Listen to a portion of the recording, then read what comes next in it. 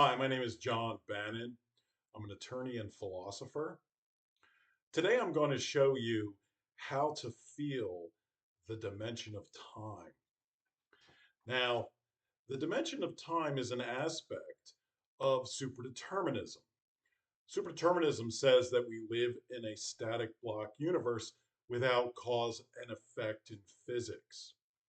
Well, if we don't have cause and effect in physics, then the present moment of time cannot actually cause a future moment of time. But because we know the future arrives nonetheless, then the future must already exist somewhere in order for it to arrive. And that somewhere is a static dimension of time. So there is this fourth dimension of space time, this static dimension of time, in which all future events already exist. So I'm going to show you how to feel the static dimension of time. Now, if you take two magnets, I have two magnets here, and you put them together with the same poles,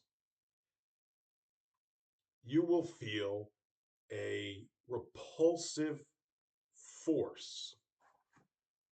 I'm sure everybody here has played this trick with their own magnets at one time or another, but you can feel what appears to be a force keeping these magnets apart. And it feels like the force is in between the magnets. You can't see it, it's invisible, but you can feel it. Well, the truth is that that's not actually caused by an invisible force between the magnets. It's actually caused by the predetermined position of the magnets and your hands in the dimension of time. So when you hold the magnets together and you feel that repulsion, that's only because your hands are placed in certain predetermined positions where they uh, repel each other, or they're separated despite an initial movement together, which gives you the feeling of a repulsive force. But the truth is, you're actually feeling the dimension of time because that's what your hands and the magnets are predetermined to do in the future. They can't do otherwise without cause and effect in physics. So the consequence is it feels like a force, but it's not a force. It's actually the dimension of time and the predetermined positions of the magnets and your hands. So these are, I'm going to go over two interpretations of exactly what's going on here. The common interpretation is that there really is an electromagnetic field or force repelling these two magnets as you try to bring them together.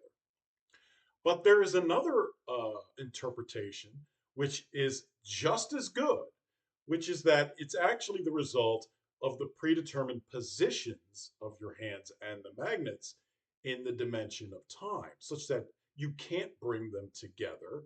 They have to be separated because they're predetermined to be separated. And consequently, you feel that as a force, that it's an illusion of a force between the magnets.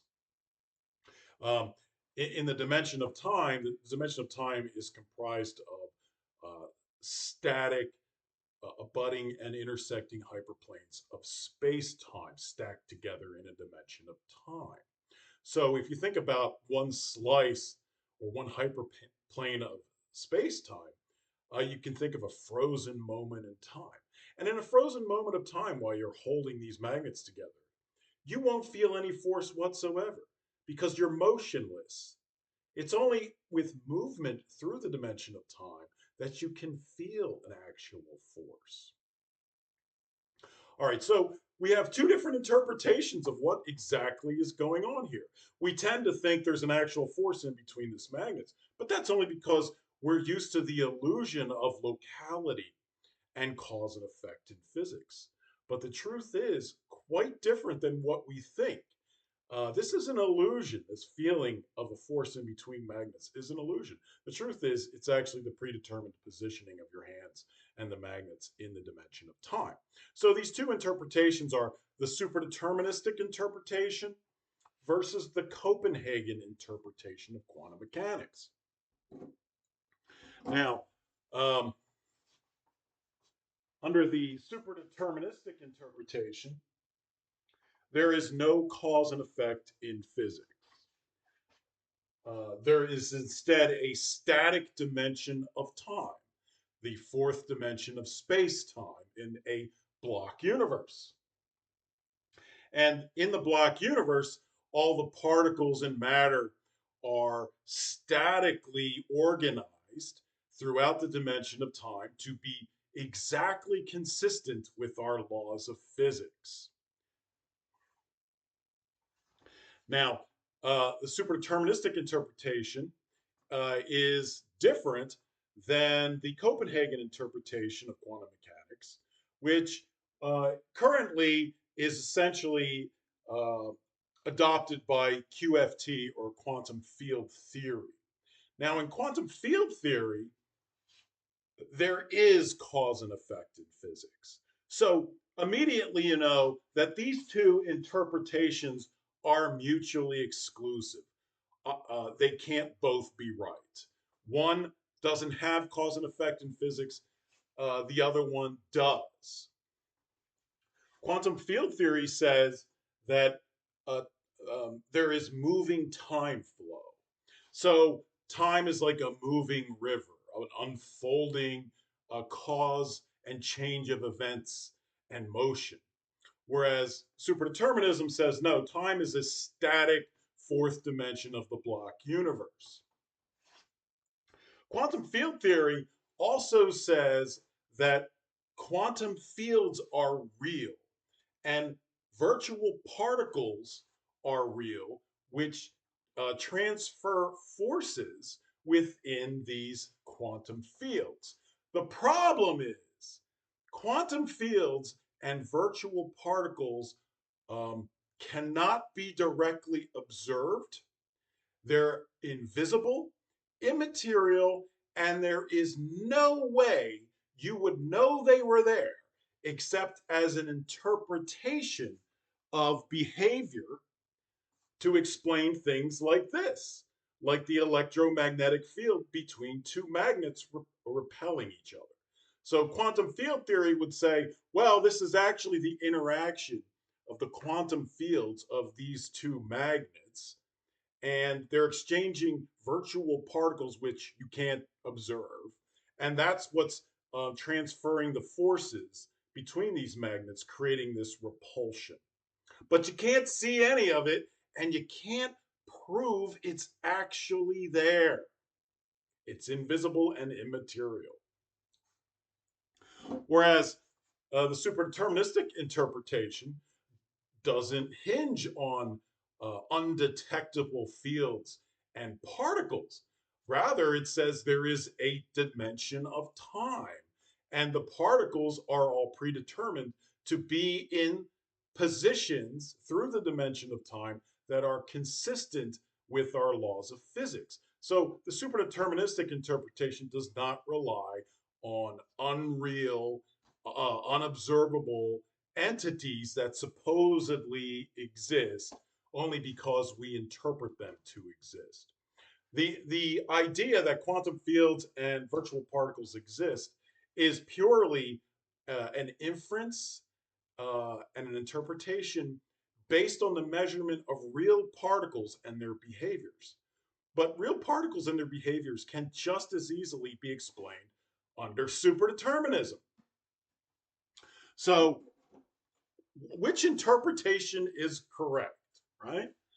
Uh, how should you look at this? What's actually going on here? Is it invisible quantum fields and virtual particles in between these magnets causing repulsive forces through cause and effect in physics? Or is it the dimension of time, predetermining the position of your hands to be in certain places and the magnets in certain places where you can't make them go unless they're predetermined to be there, which gives you this sensation of a force? Well, the answer is it's the superdeterministic interpretation.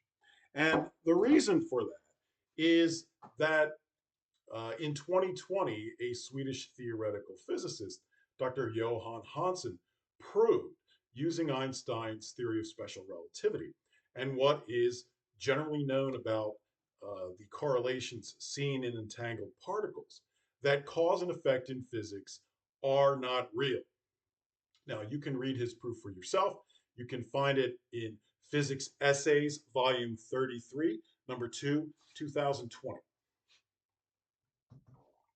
So, because these two interpretations are mutually exclusive in the sense that quantum field theory requires cause and effect in physics, and superdeterminism says it doesn't exist. Well, because Hansen proved cause and effect in physics is not real, then the superdeterministic interpretation is the correct one. So, go get yourself a couple magnets uh, and notice that these two interpretations um, are puzzling, and then understand and read Dr. Hansen's proof to realize that the repulsive force is really the result of your feeling the dimension of time. Okay, hope you learned something. Take care.